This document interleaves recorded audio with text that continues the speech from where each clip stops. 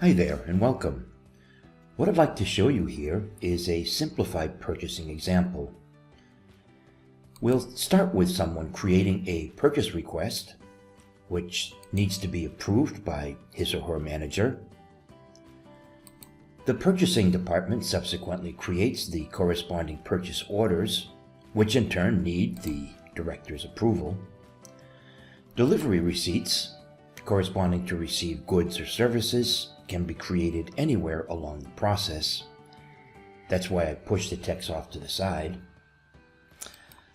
The purchasing department creates invoices corresponding to the POs, likewise needing director approval. Lastly, the various documents are archived by purchasing to complete the extended transaction. Alright, well, with that in mind, let's get started. Here I am logged in as user A1. I'm going to go ahead and create a purchase request. Why don't we say for office supplies? And I'll create 3 articles. And then I'll forward the request onto my manager. I'm now playing the role of Manager Orange. I'm going to go in here and modify the document. And as you can see here, I'm presented with a list of what to do with the request. I can either send the request back to the author for modification, reject the request, or approve it. I'll go ahead and approve it. The next step in our process is for purchasing to intervene.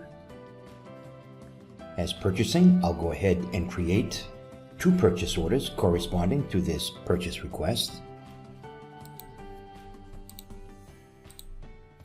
You can see here the list of actions that I can invoke. I'll create a purchase order.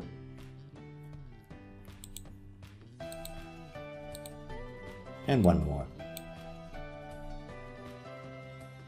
As you can see, the 2 purchase orders are here waiting to be filled in and sent off for approval. Let's say that the first PO will be for articles 1 and 2. Say for 5,000.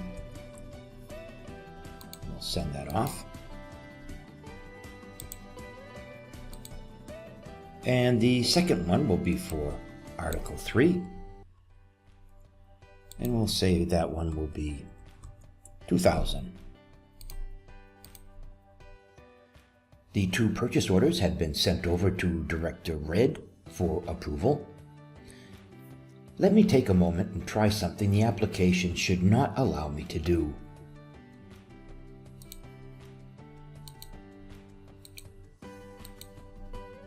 That would be send the purchase request back to the author for modification after a PO has already been cut.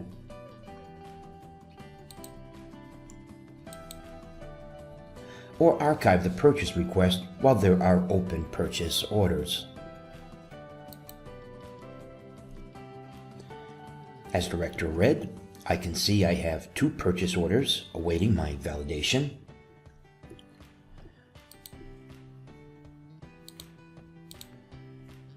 The system presents me with a similar set of options that we saw prior. I'll go ahead and approve both of these.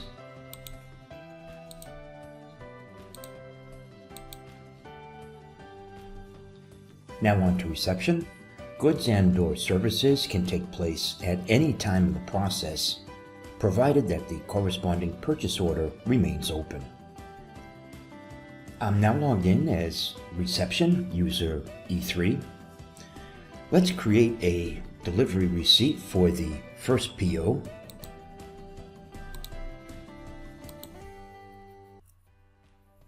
Note that as reception, I can only create a delivery receipt here.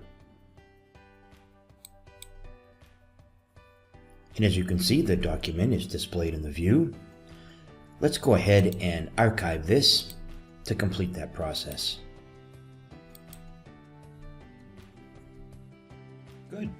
Now on to purchasing to create the corresponding invoices. Alright, on to the invoices. Let's create one invoice for the first purchase order.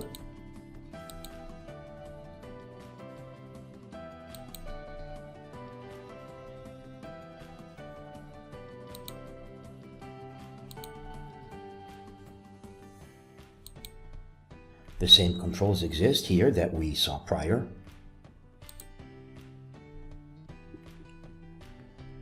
Let's go ahead and create two invoices for the second purchase order.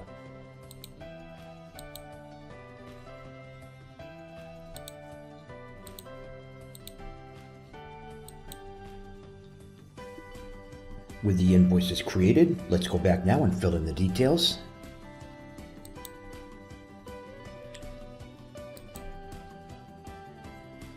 We'll say that the first one is for the full amount.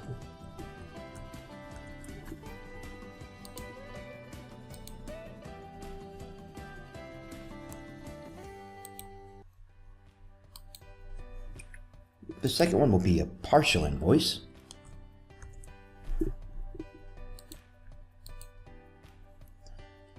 And lastly,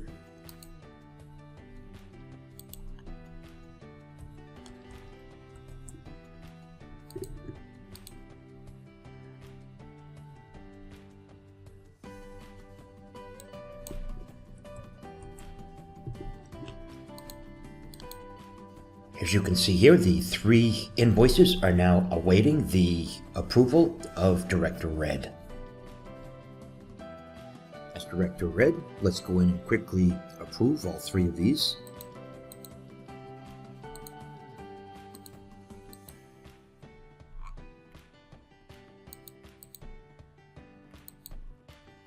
Now on to the last step in the process. We are back here in purchasing.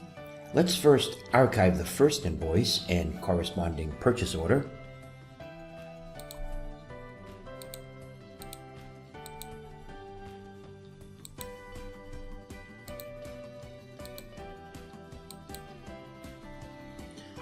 I draw your attention to the fact that we can visualize these documents in different ways.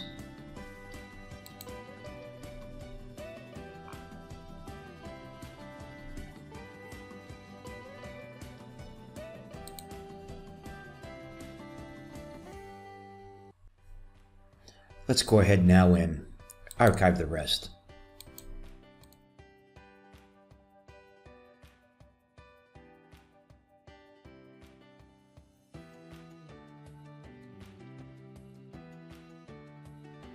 You'll note that the collection of documents associated with this purchase request was only transferred to the archive view once the entire extended transaction was completed. That's it for this video.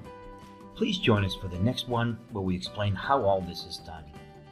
Thanks for watching.